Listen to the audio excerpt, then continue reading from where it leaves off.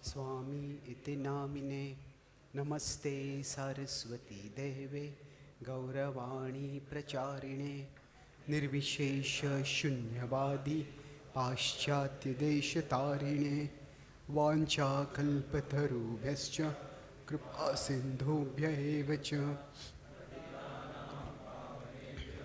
Vaishnavebhyo Namo Namah Jai Shri Krishna Chaitanya Prabhu Nityananda Gadadhara Shrivasadi Gaura Bhakta Vrinda Hare Krishna Krishna Krishna Hare Hare Hare Rama Rama Rama Hare Hare Hare Krishna. So today we will discuss based on one of the important sections from the Bhagavad Gita. What happened here? We will get rid of this. Okay, sorry.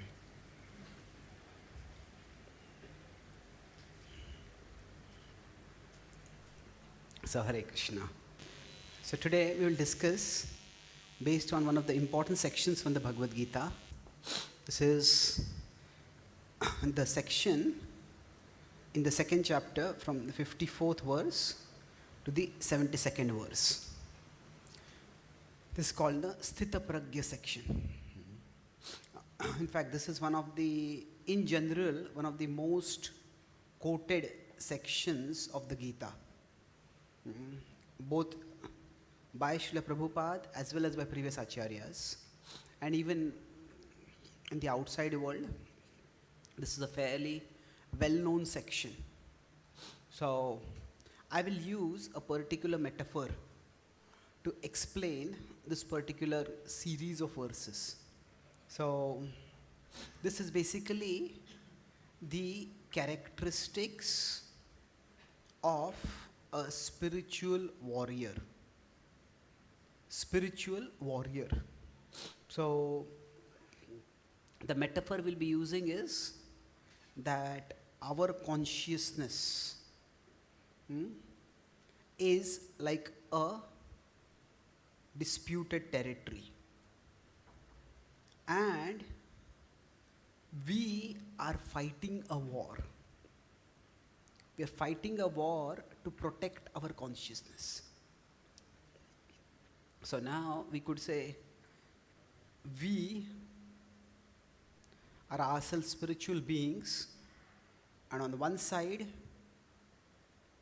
there is the powerful intruding army of Maya, and on the other side there is the army of Krishna. And our consciousness is caught in between, and Maya wants to rush into our consciousness, conquer our consciousness. Now, sometimes we want to protect ourselves from Maya, sometimes we want to protect ourselves from Krishna. Because if I think that Maya is so attractive, you know, Krishna, don't interfere with my life now. I want to enjoy right now, don't get in my way. So we are caught in between. So this is a disputed territory, and in this war, how do we win? First of all, we'll have to discuss, do we even want to win? And we'll try to understand the entire series of verses in terms of this metaphor of the war. So let's begin by looking at some of the verses. We won't recite all the verses because there are a number of verses here. I'll take a good amount of time to go through all of them. So in the context of the Gita, this comes after Krishna has just spoken about the characteristics of a transcendental person. So basically what has happened over here is, let's recite this verse. So I'll explain the meaning and then we'll recite it together. Okay, Arjuna said, Sthita Prajna. So Pragya has various meanings, but we can say here it refers to intelligence or consciousness. Sthita pragya, that means one whose intelligence is fixed. Ka bhasha. So the word bhasha has many different meanings. In this context, it means characteristics. Sthita pragyasya ka bhasha. Then samadhisthasya. Krishna is repeating the same thing. Sorry, Arjuna is repeating the same thing. He wants to make it very clear who is he talking about. So he uses actually 3 different describers to describe that person about whom he wants to know. First describer is Sthita Pragya. Second describer is Samadhistha, one who is situated in Samadhi. Samadhisthasya Keshava. Oh Keshava, I want to know about the person who is situated in Samadhi. And then Sthita Dhi. Now Dhi, it's interesting, the word Sthita has come twice. In the first line and third line also. Now Dhi can mean, again, intelligence, it can mean consciousness. Kim prabhasheta, how do they speak? Now here it's in singular. So how does such a person speak? Kim prabhasheta. And then finally, Kim asit. Kim asit is how does person situated, and vrajet kim, how does the person move about. So let's recite it together 3 times. Arjunuvacha sthita pragyasya ka bhasha samadhistasya keshava sthitadhi kim prabhasheta kimasita vrajeta kim. Arjunuvacha sthita pragyasya ka bhasha samadhistasya keshava sthitadhi kim prabhasheta kimasita vrajeta kim. Arjunuvacha sthita pragyasya ka bhasha samadhistasya keshava sthitadhi kim prabhasheta kimasita vrajeta kim. So here, if we focus on this metaphor of the war for consciousness. So, Kim asita vrajeta kim. What that means is, we'll come back to one by one.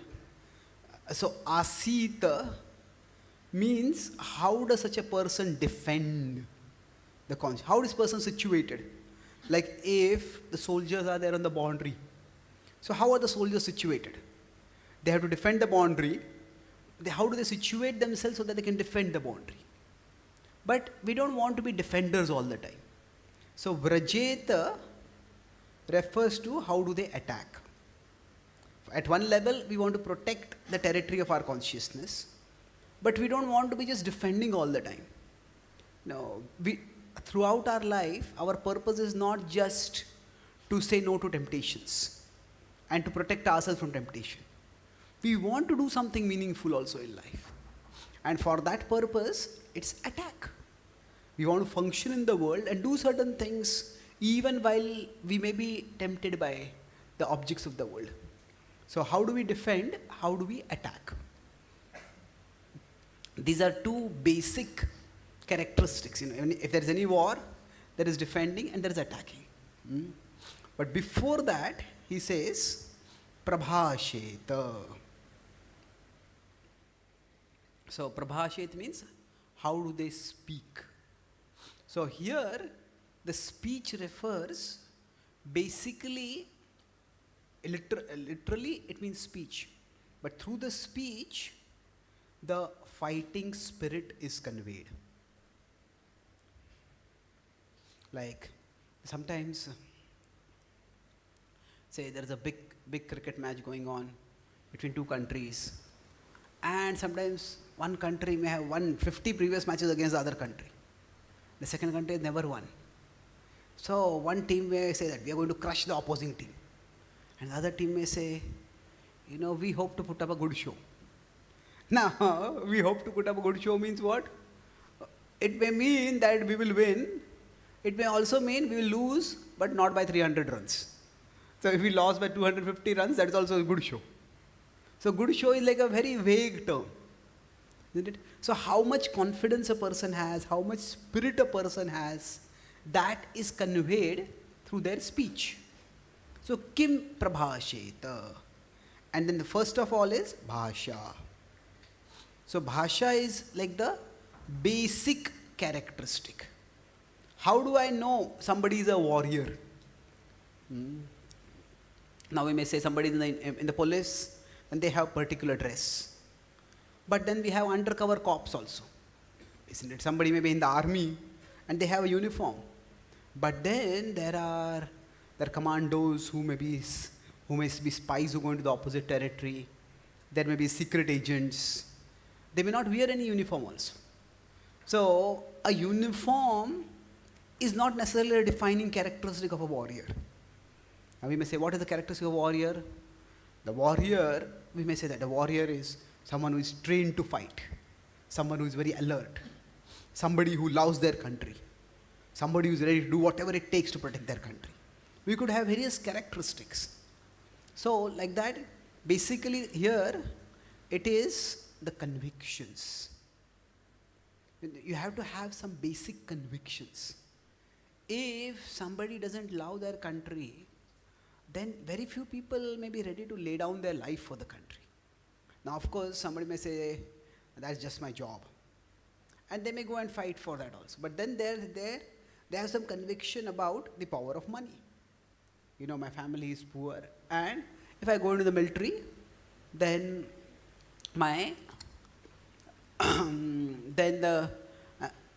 I'll get enough salary to take care of my family. And even if I die, the government will supply for my family after I die.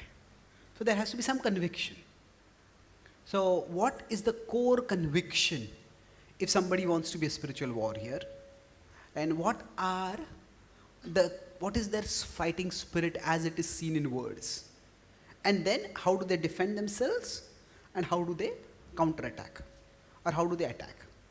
These are the four broad characteristics. So now, if we take this broadly speaking into mind. So let's begin. Now once again, how many verses are there in this section? 54 to? That's how much? 19. All of you are good at maths. So now there are 4 questions. So we could say, we will focus on the sections. The first, like the defining characteristic, the convictions, are explained in one verse by Krishna, 55.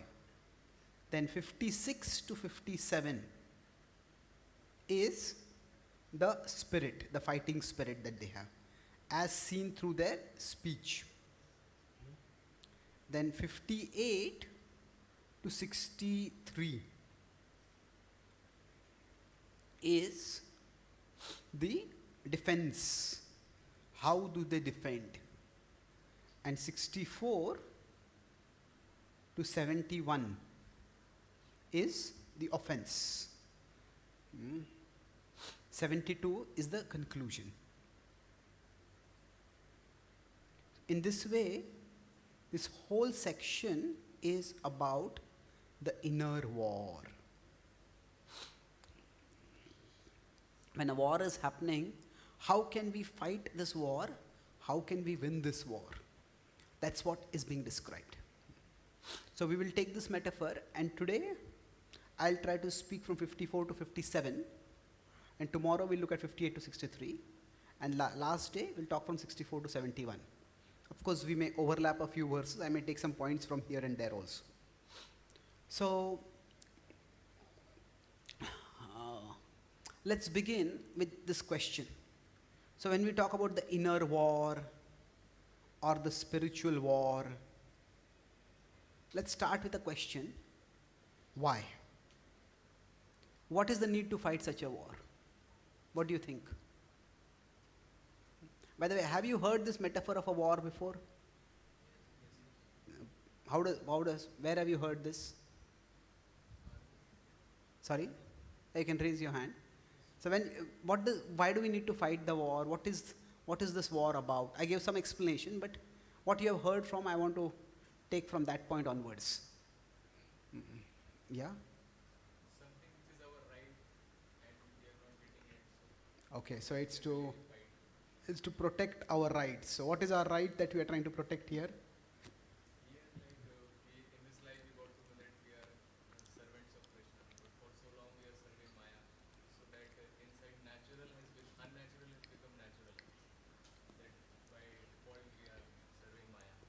Okay.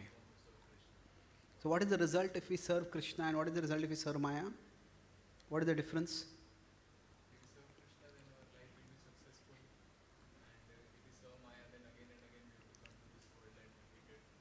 Yes, so we stay entangled. We stay entangled in this world if we are serving Maya. Hmm? And we become enriched and liberated as Krishna manifests in our hearts. So this is the first thing whenever we have to fight a war. War is not an easy thing. And generally if somebody fights a war, that means they are convinced that the stakes are very high. That this is worth fighting about. Normally speaking, we may decide, okay, whenever there is a war and there is no war, say let's not fight. So if somebody says let's not fight, so there are three reasons broadly speaking when somebody may decide I don't want to fight. So can you think of why, say for example, you may known about when just about a year ago in Israel, the Gaza Strip, the militant, the Hamas attacked Israel and they plundered and killed many people. Now Israel is actually a very, very small country and it has a very small population. Now, actually all of Israel is less than 1/3 of Kolkata. It's that small, but it has a huge influence. Whatever reason, we'll go into that. But say Israel was attacked, and now they have waged a war. They are waging a war against Hamas. They are waging a war against Hezbollah. Now many social and political observers are commenting. You know, there was one time a number of almost 24 bombs were exploded in Mumbai. There's a terrorist attack in Mumbai. And that time, the Indian government didn't do anything. Now maybe some countries, America, and they appreciate India's restraint at that time. Now whether that was a good thing or not, whether that caused them to increase the cross-border terrorism against India, that's something which is open to discuss. And but say, India decided not to fight against Pakistan. Now, Israel decided we are going to attack Hamas. They attacked Hamas on one side, which is in the Gaza Strip, and the other side Hezbollah is there, which is in the West Bank. They decided to attack there also. So if somebody decides we don't want to fight, and somebody decides we want to fight, what could be the reasons? Somebody says, no, we have decided not to fight. We have decided not to attack. What could be the reasons? Okay, one aspect could be, maybe we are not strong enough. So, and it may be true at times. China is slowly occupying the territory of Bhutan and Nepal. It's already occupied Tibet. Now Bhutan says that we are going to fight against China. People will say, what bhoot has got into you? Isn't it? How can a tiny country, it has no major weapons, how can you fight? So now, can they fight? Well, generally, but that could be one assessment. We are just not strong enough to fight. Now Vietnam fought against America, and America had to go back. America fought against Afghanistan, and you might have seen how eventually Americans all left Afghanistan.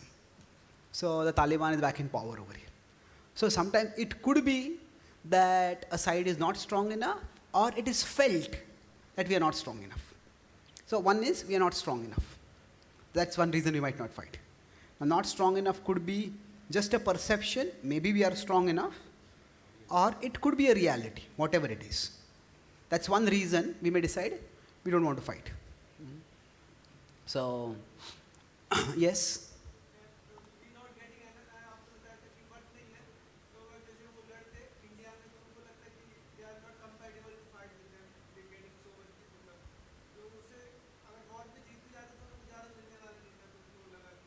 Okay. Yes, okay. So we may say that it's not worth it. Not worth it means that in every situation, see, there is the price, what we will get out of it. And there is the price, what we'll have to pay for it. So normally, if somebody feels the price, say, if somebody says, okay, you'll get this product. Okay, it's a brand new phone. Okay, how much cost? 25 lakhs. 25 lakhs a phone, forget it. Who wants a phone like that? So maybe there's some super specialist phone, some super wealthy person may want that, but it's not worth it. Now again, this is an assessment. It may be right, it may not be right. Maybe it's not worth, the price here is too much to pay. And we don't want to lose, or we don't want to get ourselves involved in it. So Russia-Ukraine war has been going on, and Russia has been steadily winning against Ukraine. So Ukraine just suddenly changed strategy. All along Ukraine was defending against Russia's forces. So Ukraine suddenly attacked Russia from a different side. And they conquered some Russian territory. Now their hope was that Russia's energy will be diverted and then they can negotiate with Russia. That, we will give your territory back to you, you give our territory back to us. But Russia has just neglected, okay, you conquered that, you stay conquered over there, we'll keep attacking. So what happened is the area in Russia that they have conquered, it is not strategically very important. But the area in Ukraine which they are trying to conquer, and they're very close to conquering, that is very strategically important. Strategically important means what? There's a lot of energy power plants might be there. There might be a lot of people might be there. A lot of important infrastructure might be there. So, say, now that is in India-Pakistan war, that is Delhi is fairly far away. For Pakistan to reach Delhi is going to be very difficult. But for India to reach Islamabad is fairly easy if India decides. So because Islamabad is fairly close to the border. So say if India loses some city in Gujarat and India wins Islamabad, India may say we'll still focus on conquering Islamabad, even if we lose this territory, it doesn't matter so much. You're getting this dynamic? That we may decide, okay, even if we lose this side, it's not worth the fight. Here we are winning something more. So there's always the prize that we are considering. Somebody may say it's not worth this fight. Even if they take this territory, it's okay. Sometimes they may decide that this territory is very important. So the Kargil war occurred. At that time, it was like whenever a war is happening, if some army is on top of a hill, then that gives a lot of strategic advantage. From there, you can attack the enemy very easily. So this we are not going to lose. If we're going to lose, whatever it takes, we're going to conquer it back. So there is war strategies there. Or somebody may decide it's not worth it. What else could be the reason?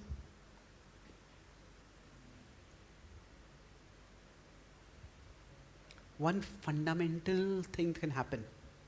Like in Israel, when the militants from Gaza, the Hamas came in, what happened initially? Innocent people were killed. But then why did Israel not defend? Initially Israel didn't defend. And why not? Yeah?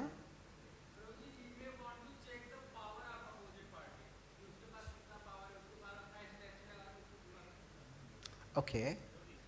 So that's why they may decide as a strategy we don't want to counter it. Let's see how much they can attack. That's one possibility, definitely. It's an interesting possibility.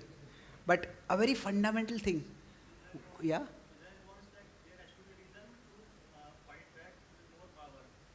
Okay. I think, I'm asking for a very simple answer. You're giving very sophisticated answers. So basically what happens there was, they didn't even realize there was an attack. Initially, because there was some intelligence failure, so what happened was Israel over-relied on technology. So on their fence, they had practically no soldiers. They thought our technological cameras and everything, they will tell us if the enemy attacks. But Hamas, by whatever they did, they destroyed all the cameras and they just attacked and they're plundering. And they just came into the opponent territory and started plundering, and because it was such a remote area, it is not a remote area, but they had no soldiers. They said there are no boots on the ground.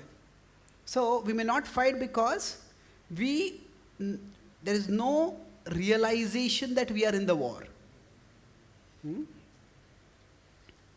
So for example, if some place we are, say now India-China boundary, it's like a very big boundary. India is a large country, China is a large country. Now you cannot have soldiers at each place throughout the border, isn't it? So now if China rushes in some place, and if we don't have our guards over there, if we don't have our cameras over there, we may not even realize there is a war going on. And we lose without even fighting, because we don't even know there is a war going on. So before we can win a war, we have to know that we are in a war, isn't it?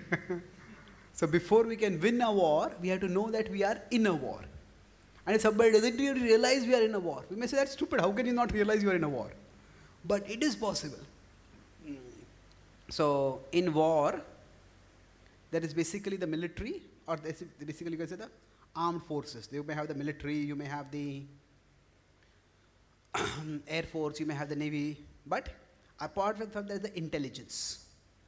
Now, intelligence there refers to something different from what we use the word intelligence. Intelligence is basically all the forces who get you information.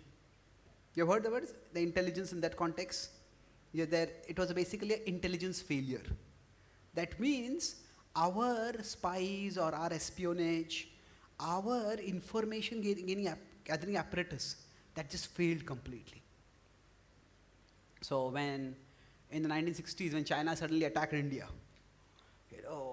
India was caught off guard, because the Indian Prime Minister at that time was lulled into complacency. He says, oh, Hindi chini bhai bhai. They're saying there, Hindi chini bhai bhai, and suddenly ek bhai ne dusre ko maar dala.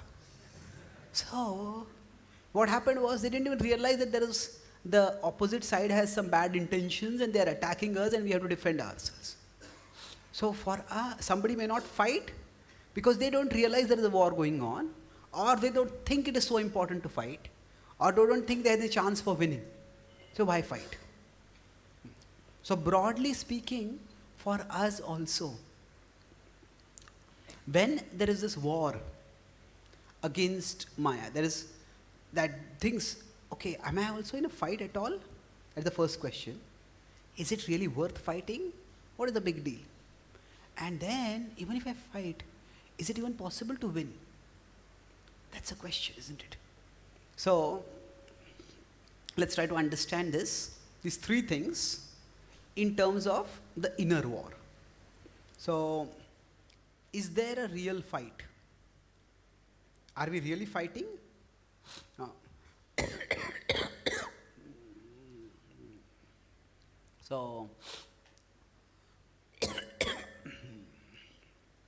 So for example, you may think, yeah, it's like, yes, who is that? There was one British thinker, Oscar Wilde, he said that giving up smoking is the easiest thing in the world. I have done it over 100 times. So, what happened? If you gave it over 100 times, means you gave it up, but it didn't give you up. Isn't it? It kept coming back and catching. So sometimes, some people may not even realize that some habit has caught them. Whenever I want, I can give it up. But whenever I have to give it up, I don't want to give it up. It becomes like that. So, we may not realize that sometimes a habit, a behavior, the habit has caught us. Or, we may not even realize the habit is bad. Like, what's wrong with it? In the West, they have this whole, in the West, drinking is a very common part of daily life. They say that drink, but don't get drunk. So what that means is, it's like you go to the edge of a cliff, bend down and look as much as you want bending down. But just don't slip and fall down. Well, why take the risk? Isn't it? Now, is it possible that some people may drink and not become drunk? It's possible. But there is a big risk over there. Because that habit, when it becomes compulsive, a person may not even realize it. What they say is, first a drinker takes a drink, then the drink takes another drink, and then the drink takes the drinker. So like that, the habit becomes compulsive. And we may not realize how strong it has become. So, the point is that before we can fight a war, we have to know this is a war. That I am in a war. So what is the war over here? In our case, the war is that when do we actually realize that I am in a war? When we have a certain intention, our intention is in one direction, and our action goes exactly in the opposite direction. So that is the time when we can get some realization. Say for example, I decide, I'm not going to get angry, I'm not going to yell at others. And I decide I'm not going to get angry, I'm not going to yell at others. And then I start getting angry. And somebody else warns me, hey, you're getting angry. I'm not getting angry. So we get angry that somebody is reminding us that we got angry. So then afterwards we realize, hey, why did I do that? What happened? So we sometimes just beat ourselves up, why did I do like that? We may decide I'm not going to oversleep and we oversleep. I decide I'm not going to overeat and we overeat. We decide I'm not going to spend so much time on social media and we spend hours and hours. So many times what happens, we just beat ourselves up for doing something like that.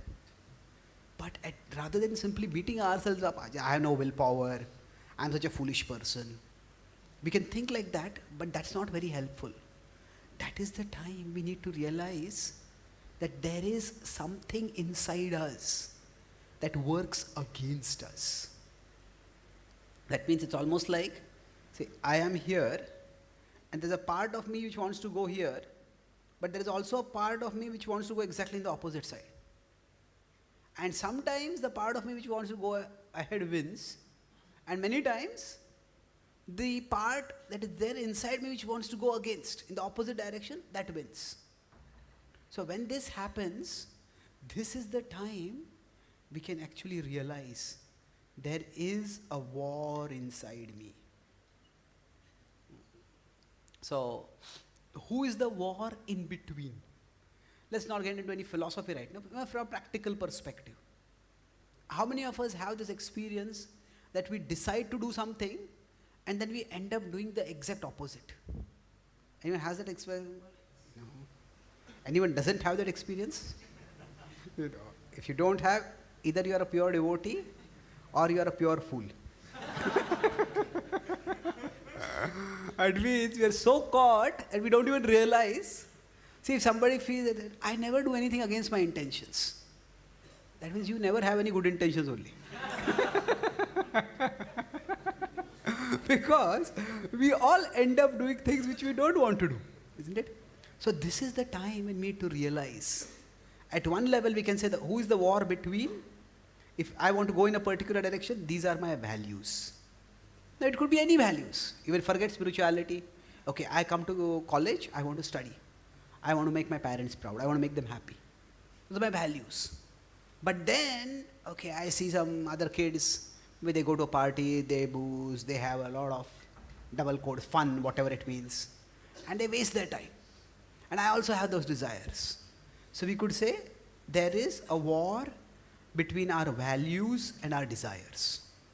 This is just one way of understanding it. This is what I want to do, or this is who I want to become. This is what I would like to become. We have our values and we have our desires. And sometimes there is a war between the two of them. So another way to understand this is that there is what we want, and there is what we want to want. What I want is, I just want to eat a lot of delicious food. I just want to enjoy life. What I want to want is, maybe I want to be fit. I want to be healthy. I want to be focused. I want to do justice to my God-given talents. I want to make a difference in the world. So there is what we want and what we want to want. So what we want to want are our values. What we want is our desires, our cravings, our impulses. And between these two, there is a war. So it's important that whenever we do something that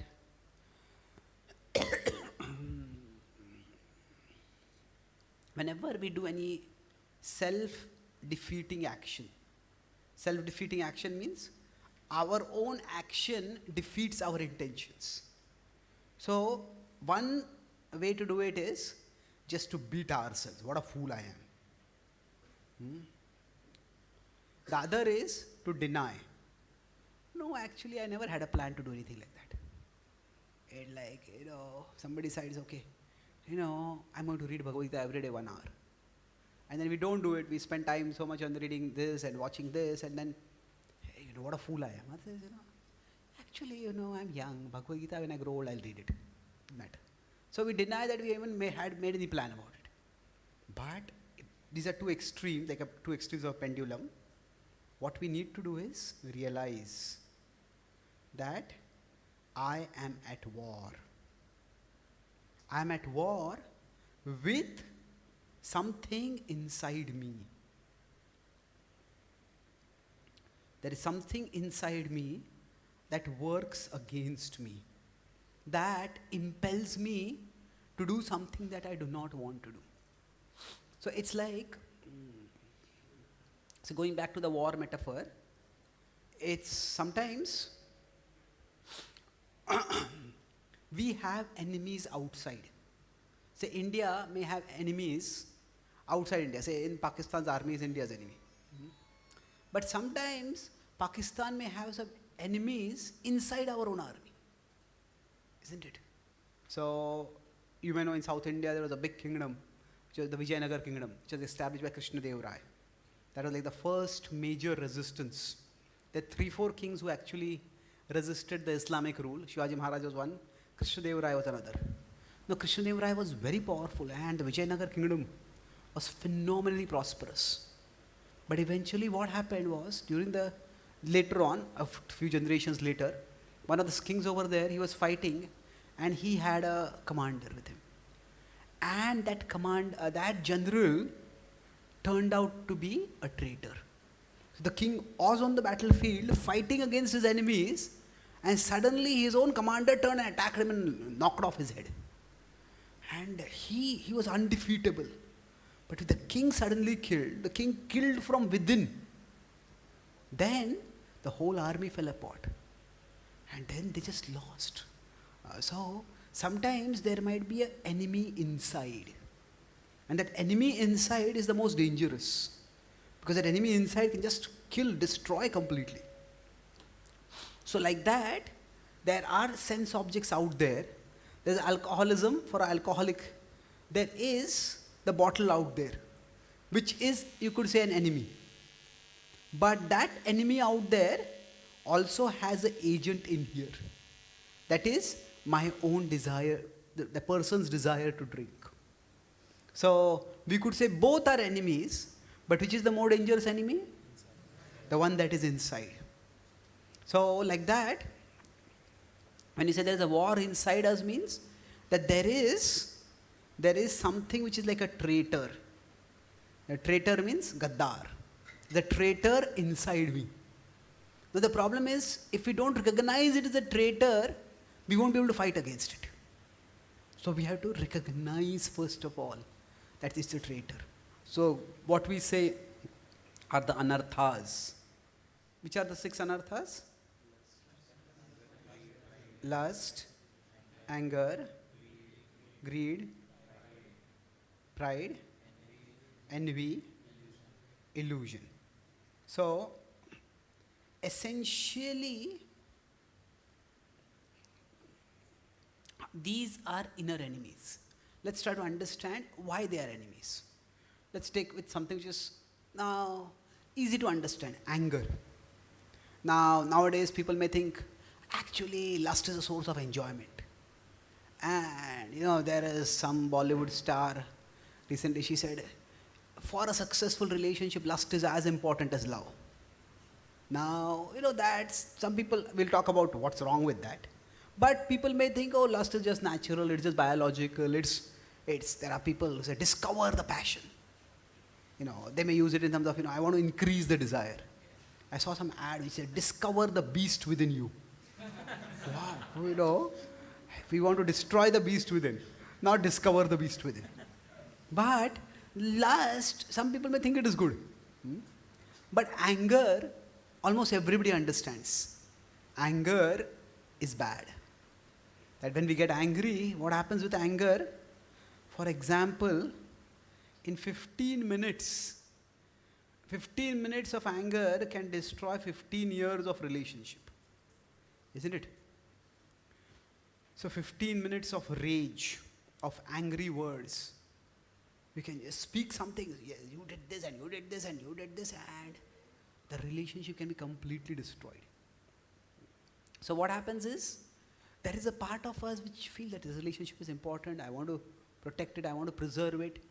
But there is a part of us which just works against it. And if it works against it, then it just shakes and devastates and destroys us. So for us, for each one of us, recognizing that we are in a war is important. And we may have to think that, look back at, this is an exercise you can do later, maybe today evening, tomorrow, preferably before the class. You don't have to share the exercise, but think of a time when you did something which was totally opposed to what you wanted to do, and it had terrible consequences. So something was really very important for you, you wanted to do it, and you ended up doing something completely opposite. And then through that, try to realize this is a real thing, that there is something inside me. Most of us think, I'm a good person, I have not really hurt anyone. Why should anyone be out there to hurt me? Like, if somebody is themselves like an underworld don or someone, then they will have so many other enemies. They will want to knock them down. Somebody is themselves a great fighter, a powerful, good or bad, whatever it is. Like somebody, the president of a country, there are so many people who want to assassinate the president. Just recently, American former president, 2 assassination attempts were there. So, if some people, they have a target on their back, or target on their head. You may think, I'm a good person, I'm just going along with my life. Who would want to destroy me? So, there is something inside us which does want to destroy us. So it may be anger, it may be greed, it may be pride, that sometimes because of any of these, we end up doing something which harms something that we really valued. So anger is probably the best thing, because anger is something we all experience sooner or later. That's the time something is there inside me. Now for me, it was when I was studying engineering. Since my childhood, I used to get angry a little bit. And that's a little understatement. But anyway, I never realized that it was a big issue. But once I was in my engineering, so I was doing some experiment in the lab, and suddenly a friend told me, hey, there's wildlife on your body. And even before I understood what was there, my first words were, hey, don't hurt it. Then I looked around and there was some kind of insect crawling on my shirt. So then my friend had just raised his hand to squash it. And I said, don't hurt it. And he had just kept his hand frozen. Then I looked at it. Then I just walked up to the nearby window, put my finger over there. That insect crawled onto the finger, and then I gently let it out of the window. And I turned and looked at my friend. I don't know, he was looking at me with big bemused eyes. Somehow, that side of the eyes stayed in my mind. And then that evening, we were in our mess, and we were making a mess. So, we were talking, and this friend told me, I have to tell you something. Okay. So a few months ago, we had been doing a project together, and a mistake had happened. And so he had let me believe that I had committed the mistake. But he told me actually I had made that mistake. You know, I had lost that thing or whatever it was. So when I heard this, I just felt so angry. I banged my fist. I just jumped. I said, I'll kill you. And I rose my voice and rose my fist. And when I was just doing like that, somehow his eyes went wide open. And when I saw those wide open eyes, that reminded me of those big wide open eyes earlier in the afternoon. It's almost as if I froze. So it was like, say, I am here, and I felt as if I was looking at myself from above.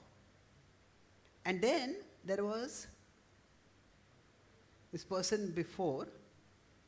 So I started thinking, hey, who is the real me? In the afternoon, I was not ready to hurt even an ant. And now I am about to smash the face of my friend. So is that the real me? And is this something artificial?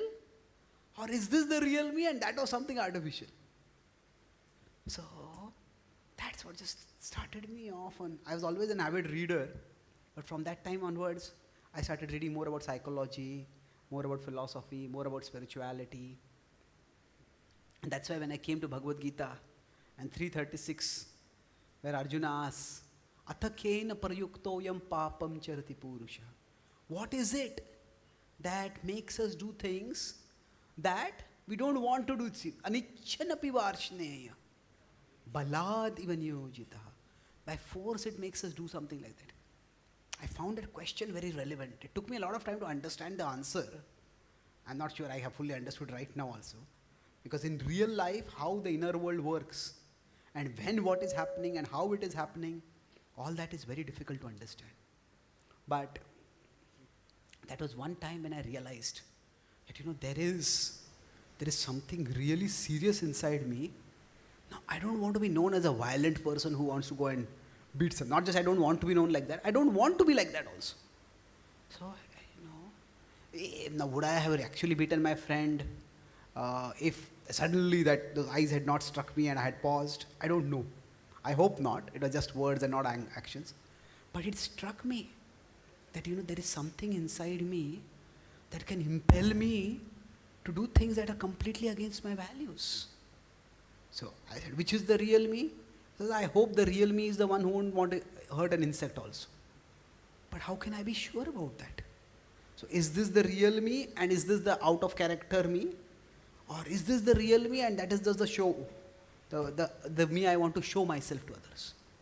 So for all of us, if we can do some introspection and think of such incidents where our actions seem to be very contrary to our values, that's the time we realize, hey, this is a real war. And this war, if I lose the war, the consequences can be terrible. So it's like they say, have you heard this word? Demons? now I'm talking more, we all have heard about demons in terms of Rakshasas. But nowadays people say, there are some demons inside me. This boxer Mike Tyson, he was fighting a match and he started losing the match. He was just fighting, got so angry, he just couldn't defeat the opponent. So he actually attacked the opponent and bit off his ear. He was banned for some time from playing. And that time, after that match, in interview said, I have got some terrible demons inside me. So they say that there are some angels inside us and there are some demons inside us. Now if we follow the angels, we become a better person. If we follow the demons, if we let the demons control us, we become a worse person. So now the demons and angels is just one way of putting it.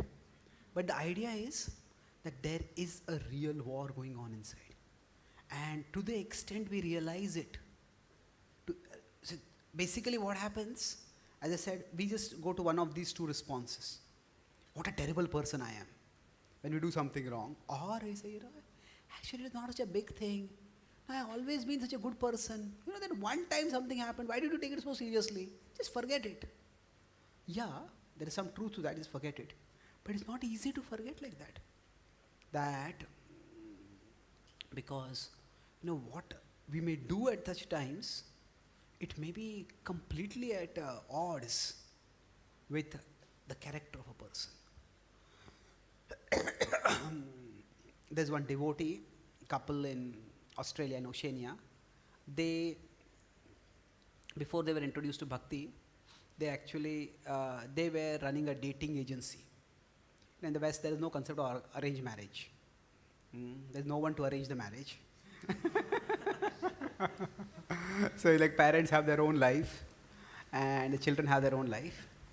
So anyway, there is, when people are getting married, especially say from the woman's side, she may be afraid that, is this man a violent man?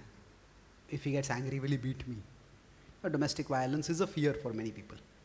So they say what they do is, they arrange that when a couple, they are seeing each other, they go for a date. So they go to a particular restaurant and they have the waiter in that restaurant on their payroll. So now whenever a boy and a girl meet each other, they want to put their best face forward. I'm such a nice person, they'll dress nicely, they'll talk nicely. So now what the waiter does is, deliberately goes and maybe spill some food or some water on the clothes of the boy. And then how does the boy react at that time? So then I asked them, do you try that with the girl also? So he says, men may become physically violent. Women often become verbally violent. It's verbally violent, Women can speak. Anger is there in everyone. It's not that. Men, because their bodies are stronger, men will become physically violent. That's why in jails, it is men who are much more than women. And women don't want equality in that regard. They want equal rights, but we don't want equal prisoners, equal female prisoners. And most of the criminals, because biologically, the male body is more inclined to violence in the physical direction. But women, they can also be violent. The violence comes in the form of gossiping. The violence comes in the form of backbiting. Violence comes in the form of spreading rumors. Now, can men do that? Of course men can do that. Can women also be physically violent? Of course they can be also physically violent. But in general, these anarthas are gender neutral. They are there in everyone. So, the point is that when we are provoked, in some way or the other, how do we behave at that time? That is an indication of the demons inside us, how strong are they? How bad are they? See, what this Krishna says? Kamesha, Krodhaesha. Now, why does he talk of Kama and Krodha both over there? One way to understand it is that when Kama is not fulfilled, it leads to Krodha.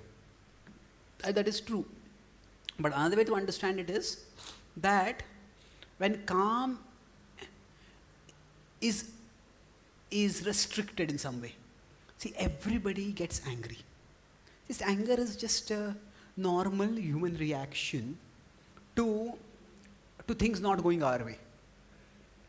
But for different people, anger may be to different degrees. For example, somebody who gets angry.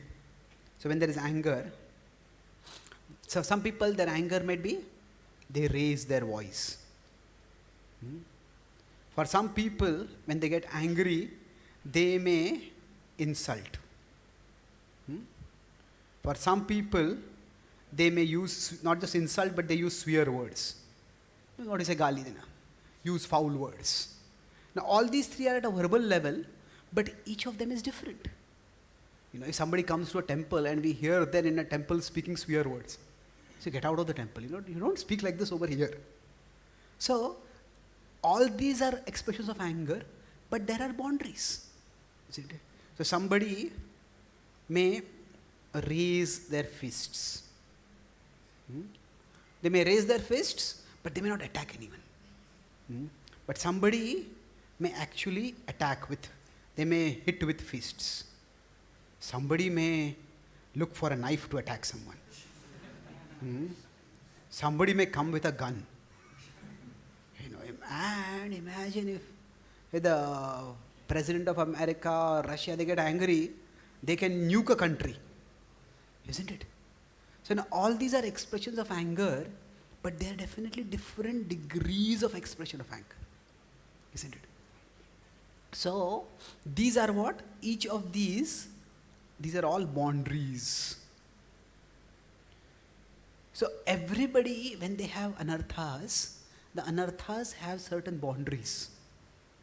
And in a sense, a person is known, a person's character is known by their boundaries.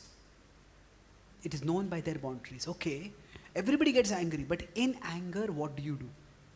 How far do you go when you get angry? So everyone has some boundaries. Like say everybody is greedy. I mean, not everybody, but everybody wants to say that in a company they want to grow. They want to get promotion, they want to rise. And in every office there will be typical office politics. You try to network with this person, you try to join this person's group, you try to put this person down. That's typical office politics. That might be one thing. It's not a good part of life, but it is a part of life. But office politics is one thing, but illegally framing someone. You know the word framing? Framing means what? You plant some evidence to prove that this person is corrupt when that person is actually not corrupt. That's a very serious thing. Okay, typical politicking is one thing, but framing someone so that they're wrong, that is crossing a boundary. Or people may spread rumors about each other, this person like this person like that. But then somebody starts spreading rumors about a colleague's family. His daughter did like this or his wife is like this. That is also crossing a boundary. You don't go from the professional you don't go and attack a person's family. So the point I'm making is, every society has certain boundaries. We all have certain boundaries also. Now, there are certain boundaries which we normally would not cross at all. Normally we will talk politely with someone. If we get angry, we may raise our voice. But no matter how angry we are, we may not use swear words. That's something which is out of question. So that is a boundary for the anger. So for all of us, when Krishna says Kamesha Krodesha, there is a part of us which rages against boundaries. Why should this boundary be there? The rage is against the boundary. So some of you may know in Kolkata there was a ghastly rape. I was just in Kolkata 2 days before. So even now there are some protests going on, lesser. So now some people say rape is because of lust. That's a very oversimplified answer. Because if it's simply lust, a person can just go to a red light area. A person can, if it was simply lust, you can satisfy it anywhere. But along with lust, there is pride, there is power, there is ego. I want to control this person. This person who is not in my reach, the person who would not want to be with me, I want to force myself on this person. So there is much more than lust over there. So many people may have lust within them. Almost everybody, that is just a part of our biological situation, that male-female attraction is there. But most people, even if they had an opportunity, they would not force themselves on anyone. No, that's something which I'll not do. That's also, like many people may watch porn, but it's not that every person who watches porn is going to actually do the same thing in real life. Like so many people watch action movies. It's anger. How many people start trying to do the action stunts in real life? Now we may say lust and anger are not exactly the same, but there's truth to that. It's not exactly the same. But the point is that there are certain boundaries. Now some people may for them the boundary is there only because the opportunity is not there. That's why I want to say morality is just lack of opportunity. Like I am honest because I have no opportunity to be corrupt. So, but everybody has certain boundaries. These boundaries come from inside us. And these boundaries are important. So, Kam Esha, Krodh Esha means that even if there is an enemy inside me, and that enemy makes me do things which are against my values, but only till this far, not more than this. I won't go any further than this. Yeah, anger may make me yell at others, but no matter how angry I am, I'm not going to use swear words. So that is the boundary that we have. But the problem that happens is, if we keep doing something again and again and again, if we just keep letting anger control us again and again, then anger will keep pushing the boundaries. And we will end up doing things which we normally would never have done. So that's how a person's character starts going down, down, down. So what we have been discussing till now, see this inner war, it's at one level a subtle war. Subtle war means something is subtle, we don't even notice that it is happening. And not only the subtle war, like even loss in this war can also be subtle. That I may not even realize, hey, I did this also, and I did this also, and I did this also.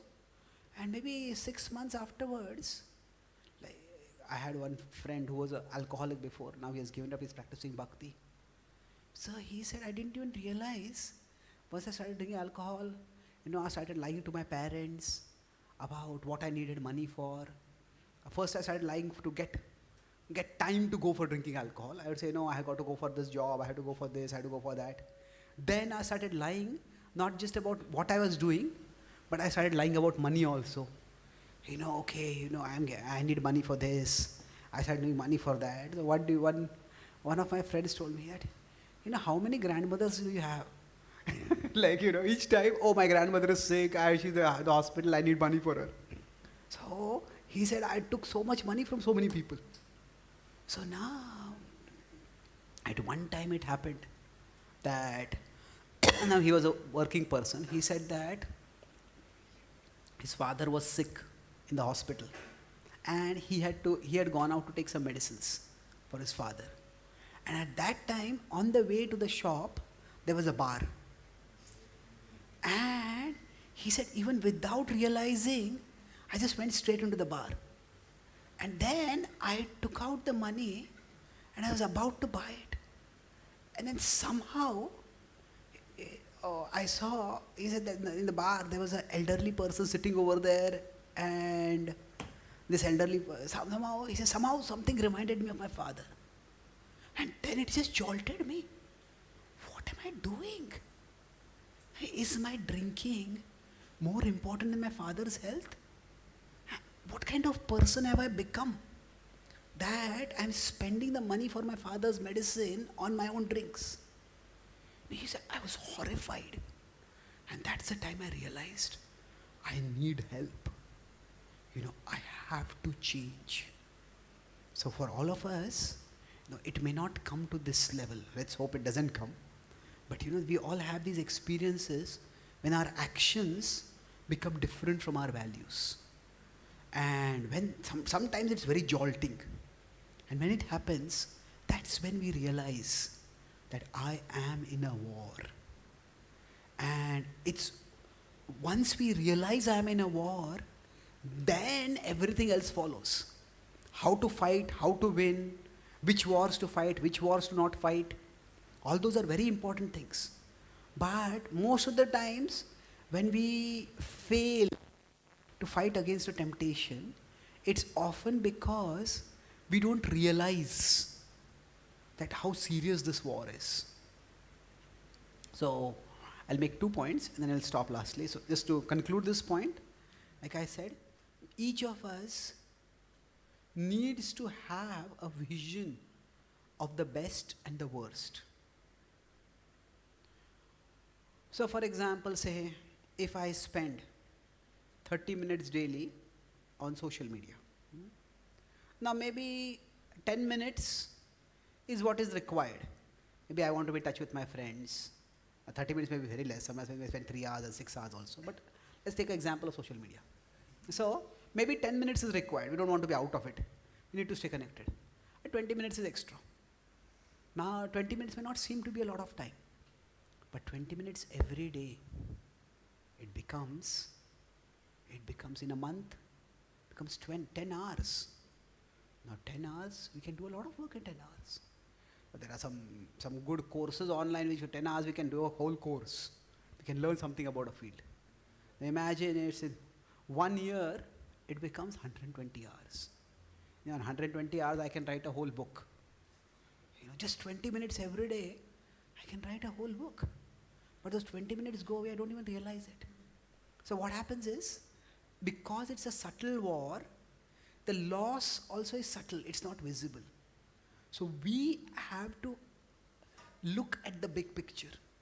Where is this going to take me? Or, say 20 minutes every day, I spend reading the Bhagavad Gita. Maybe the whole Bhagavad Gita I can read in 6 months. That's not a small thing. Maybe I can read 2 cantos of the Bhagavatam in 1 year, just by reading 20 minutes.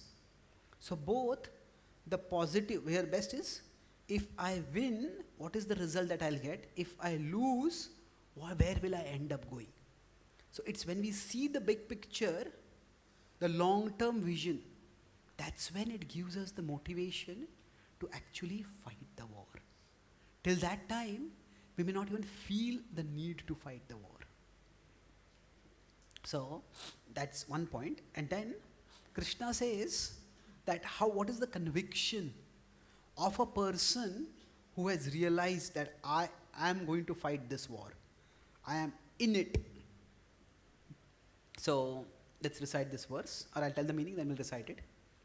Prajahati yada kaman. So kaman here refers to worldly desires. Like they are like the enemy agents inside us. Prajahati, nothing doing, no. Sarvan partha manogatan. The mind is, oh, this will make you happy, this will make you happy, this will make you happy. Our mind is coming up with so many ideas. No, I'm not going to do any of these things. Then what are we going to do? While what we are not going to do is important, but what we are going to do is also much more important. That is, Atmanya eva atmana tushta.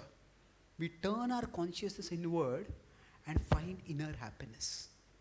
Inner happiness is realizing that we are Satchitananda souls. It is in realizing that Krishna is within our hearts. We have an eternal relationship with Krishna. Tushtaha, one finds happiness. And STHITAPRAJNA'S, and we discussed that word, tad ochate. The person who is a seasoned spiritual warrior, the person who is really serious about the fight, these are the 2 characteristics. That person turns away from all the worldly promises of pleasure, and that person turns toward inner happiness. So, prajahati yada kaman sarvan partha manogatan atmanyevatmana tushtaha STHITAPRAJNA'S tadochate. So basically, these verses, this 2.5, it is both descriptive and prescriptive. Descriptive means it describes a spiritual warrior. This is what the consciousness of a spiritual warrior is. Prescriptive is, this is how we can become a spiritual warrior. Both are being described over here. Or both are being told in this verse. So, what is the key thing over here? Say, if this is the soul, now this is the mind. So, and then there are some sense objects over here. The soul, the mind, and the sense objects. So there is a part of us which seeks pleasure. Hey, come on, enjoy that. It largely, this arises from the mind. So prajahati yada kaman. The mind is always like, come on, eat this, watch this, enjoy this. So this whole pursuit of pleasure through various things, no, prajahati yada kaman. And the second is atmanya evatmana tushta. So I turn inwards. Prabhupada says, one who seeks external happiness is a materialist. One who seeks internal happiness is a spiritualist. So now, how can we live? Can we turn away from everything in the outer world? And what does turning into the inner world mean? That we will discuss in our future sessions.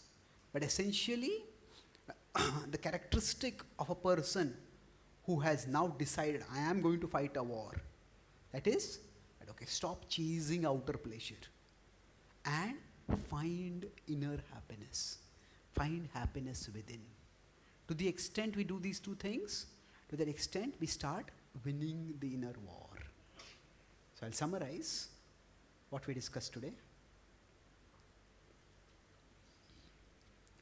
We started by talking about the inner war metaphor. Metaphor is basically, we are comparing the situation to the inner war.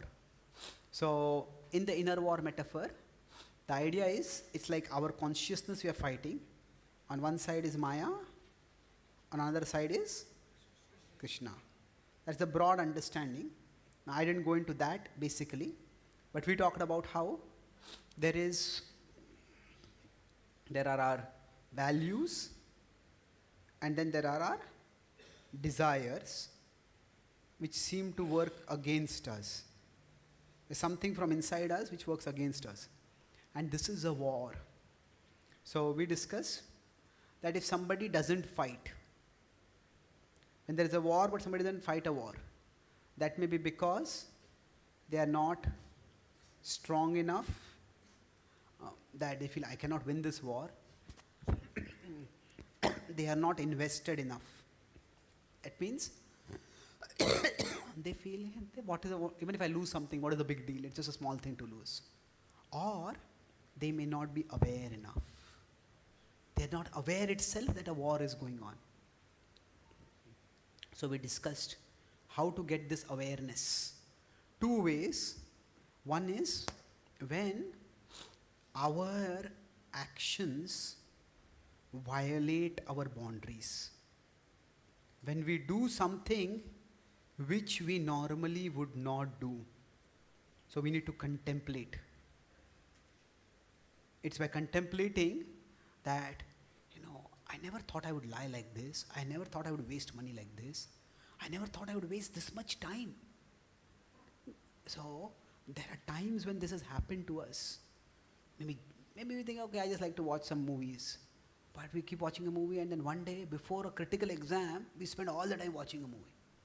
This is nonsense. How could I do something like this? But don't just beat yourself up. Recognize that there is a war over there. So contemplate when our actions violate our values or our boundaries specifically. See, we all have anarthas, but we all keep the anarthas within certain boundaries. So I give the example of when I was about to hit a friend. That's when, this is not the kind of person I want to be. And the other thing is contemplate the long-term results. If I continue doing this, like whether I win or lose, it seems to be a very small thing. But down the line, losing will take me in one direction, winning will take me in a very different direction. So we think in long term. And then lastly, we discussed in terms of the 4 questions, that how does the person defend, how does the person attack, what is their fighting spirit, and that is seen through their speech, and what are their convictions. So in terms of convictions, we discussed what is a conviction, that a person with respect to external sense objects says no, and inner happiness, yes. This is the conviction with which a person who is a spiritual warrior acts. So how they will defend and how they will attack, and also the speech, we'll discuss these in our next sessions tomorrow and day after. Any questions or comments at this point? Yes, please.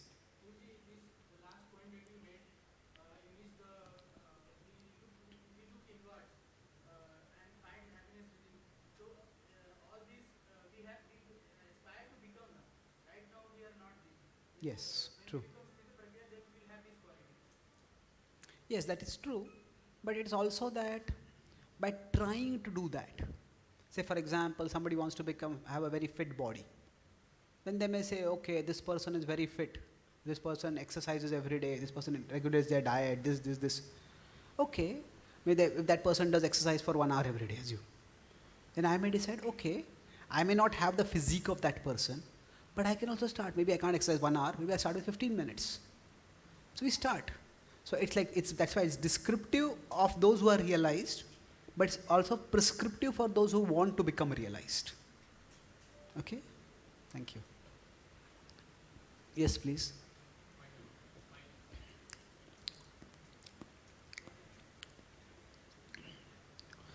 Turn on the fan here. हरे कृष्णा प्रभु जी, thank you प्रभु जी। प्रभु जी ये बता रहे थे इंगर के अलग अलग बाउंड्रीज। सो ये बाउंड्रीज जो बताएं तो ये सबके अंदर रहती हैं ये बाउंड्री कि प्रैक्टिसेस के साथ साथ ही ख़त्म होती रहती हैं या फिर कम ज़्यादा होती हैं?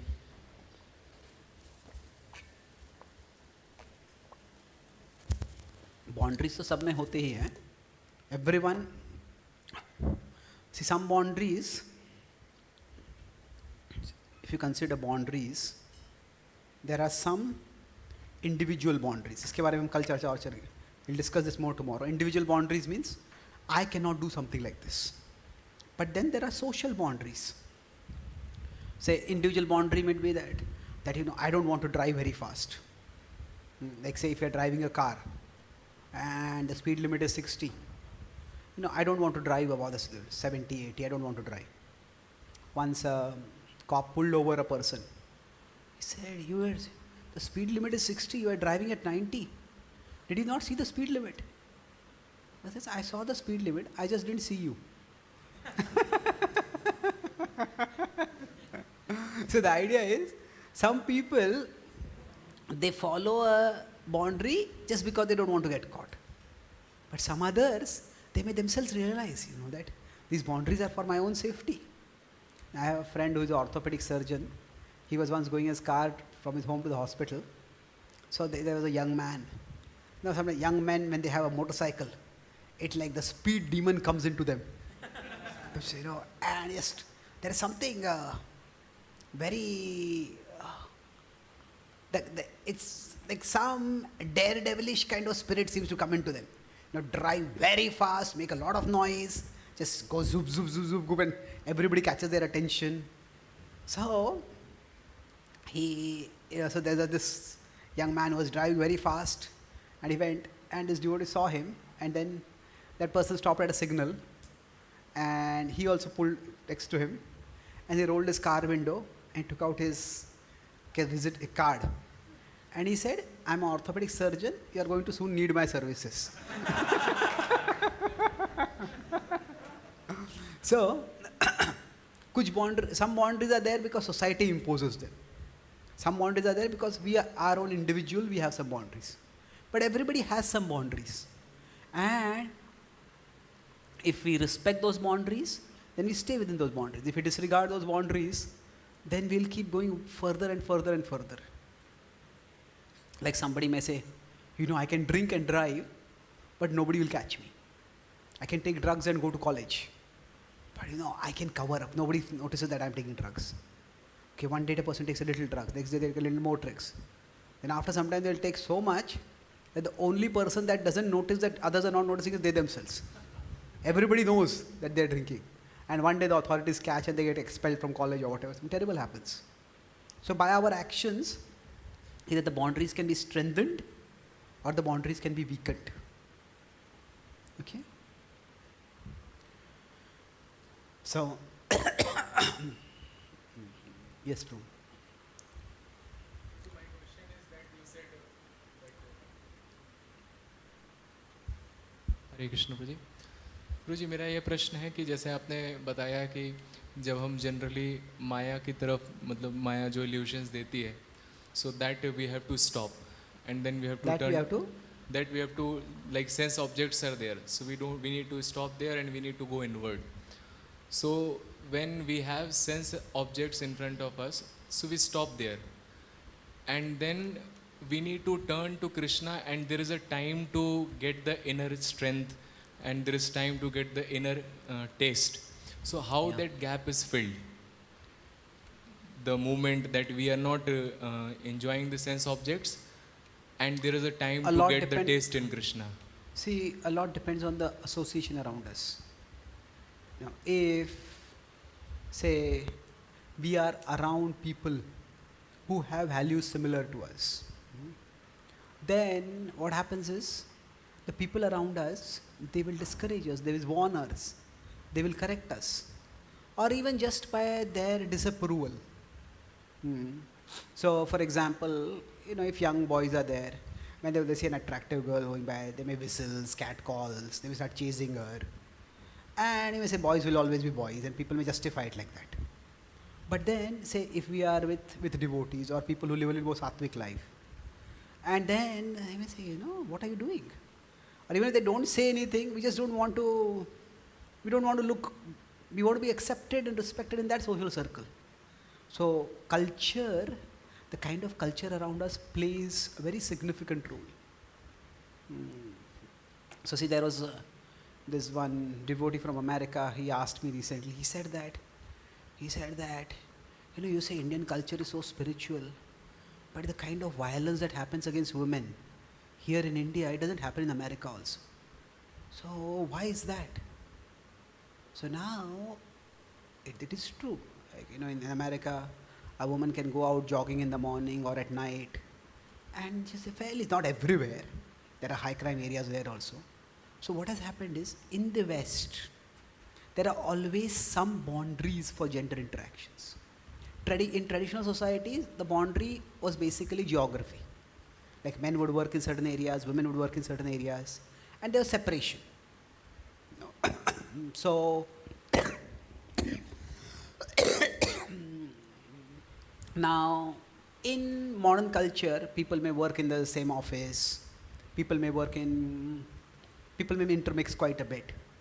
But what has happened is, as Western culture has come about, now Western culture may have free mixing, that is true, but there is respect for the boundary of consent. That you don't force yourself that on anyone. Now, that doesn't mean that there is no violence against women. There is a lot of violence against women in the West also, but relatively speaking. So what has happened is that there, the way the culture has shaped the consent is seen as a very important boundary. In India, it's like it's caught in no man's land. That the boundary of geography is no longer there, but the boundary of consent, it has not entered into people's minds. So especially if people who work in software, people are a little bit more educated, there is free Xing, there might be affairs, but there is very rarely violence. But what happens is people who are not that well educated, I'm not talking about education brings character or something like that, but education brings a certain kind of culture with it. So people who are not very well educated, their idea is geography is the boundary, and if the geography is not there, if a woman is dressed in a particular way, a woman is alone, she's fair game. And people say, get the opportunity, grab it. So many of these companies, one of my devotee friends came from America back to India, and he said many of the software companies, we may say there is free mixing and all that, but there is the respect for boundaries. Like if the women work in a software company, they not only have cabs which take them to their home directly, but they often have an escort who will escort the woman from the cab door to her home door. And then they will deliver her there, and then she go back. So there is that respect for individuality and consent. Now consent is not the same as dharma. That is not necessarily a dharmic boundary. People can, sex is not just between consenting adults. Sex is for procreation. It should happen within marriage. But my point is, every society needs to have some boundaries. So Indian society, what has happened is the traditional boundary of geography is no longer there, but the contemporary boundary of consent has not been registered in many people's minds. And those people who are in between, what happens is if there is no geography boundary, geography means somebody is there in the same area where you are and that person appears vulnerable, people just grab that opportunity. Now that doesn't mean this is coming from the Indian tradition. The traditional boundary is not just geography. The traditional boundary is respect for dharma. The traditional boundary is self-control, coming from spiritual knowledge, from dharmic knowledge. But that is how society is. And it's not just India. In many traditional countries, the violence against women is much more. So it is a complicated situation. But every society needs to have certain boundaries.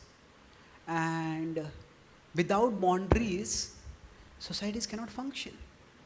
Many companies, they have policies against employees dating. That they say if employees start having a romantic relationship, then their attention from work will go away. But then other people say that nowadays everybody is so busy at their work. Apart from that work, they don't even have time to meet anyone else. So there is some debate about whether employees should be dating or not. So these are all issues that will have to be dealt with. The principle of boundaries is universal. The specific boundary, which boundary will apply when and where, that has to be done according to the Ilashesha Kalapatra. I had this experience when I started going to America. So I was in America in 2016 and I was giving a college class in Texas University. And then after that, one American girl, she asked a question. Why do religions fight against each other? Or fight among each other? So then I answered elaborately based on the three modes of material nature and fanaticism and everything. I could see she was quite satisfied with the answer.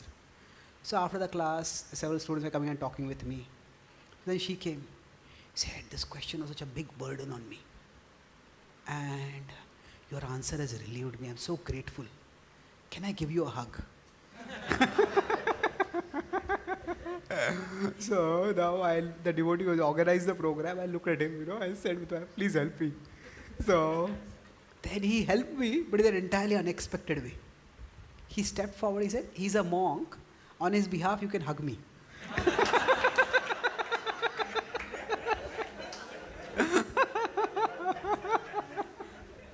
His wife was next to him. And his wife said, I am his wife, on his behalf you can hug me.